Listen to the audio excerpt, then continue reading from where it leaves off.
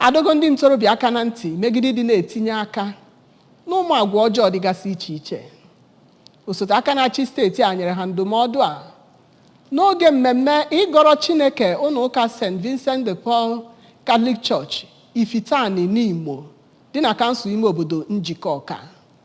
Dr. Ibezim, onye kọwara ndị ntorobịa dịka olileanya obodo ọbụla, lụtụrụ aka na mkpa ọ dị na ha ga-ezere ihe ọjọọ niile iji wee napụta onwe ha n'aka mbibi. Onye nta akụkọ anyị n'obi gọọmenti Emmanuel Okonkwo wetara akụkọ a n'uju nke ga-anụzi ugbu a.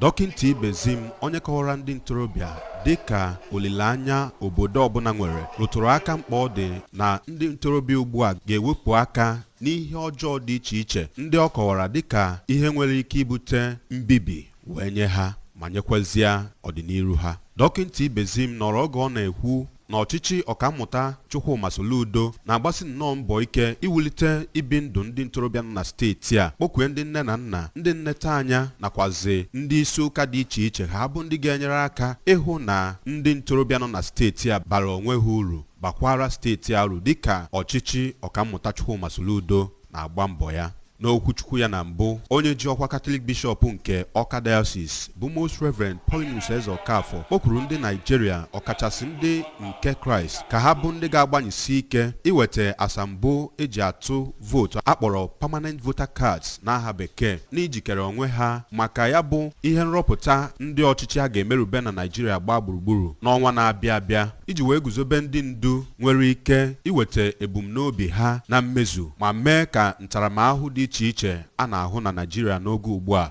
bụrụ nke gabigara.